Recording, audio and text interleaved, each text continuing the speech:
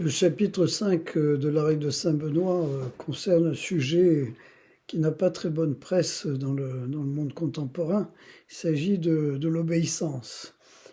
Aussitôt, quand on pense à obéissance aujourd'hui, on pense à privation d'autonomie. Et comme l'individu est roi et que l'autonomie est la grande fierté de quelqu'un qui réussit, on voit là une contradiction dans les termes. Alors que l'obéissance est tout autre chose que cette image faussée. L'obéissance est d'abord, comme le rappelait le prologue de la règle, c'est d'abord une écoute profonde, une écoute du cœur qui cherche à mettre en œuvre. Donc une attention dans la relation avec autrui pour essayer de vivre ensemble une volonté commune. Autrement dit, trouver l'équilibre entre l'expression de soi, avec toute son originalité, sa singularité, et en même temps le souci du bien commun.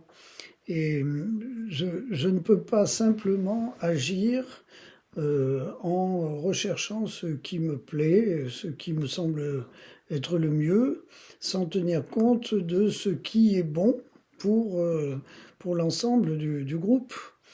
Et cela vaut dans tous les groupes, aussi bien en communauté religieuse qu'en famille ou en entreprise, dans les quartiers, dans les associations, etc., etc.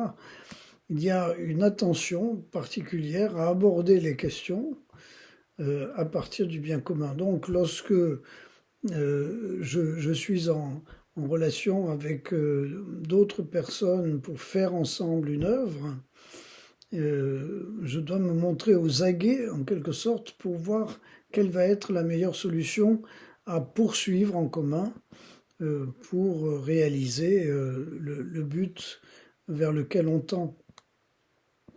Et là, loin de produire un asservissement, une soumission à qui que ce soit, cela donne au contraire un élan considérable et une possibilité démultipliée de réaliser quelque chose de plus grand. Donc l'obéissance est un dynamisme et évidemment Saint Benoît a à cœur de montrer comment le Christ s'est positionné de cette manière-là tout au long de sa vie dans sa grande attention au Père, celui qu'il appelle le Père, et avec qui il veut vivre une volonté commune, qui est une volonté d'amour, et auquel il se rend totalement disponible. C'est là notre modèle et notre philosophie, en quelque sorte, de l'existence. Donc, rendons-nous disponibles, mettons notre volonté à disposition pour trouver celle des autres et vivre ensemble une volonté unique d'amour, et ainsi nous parviendrons.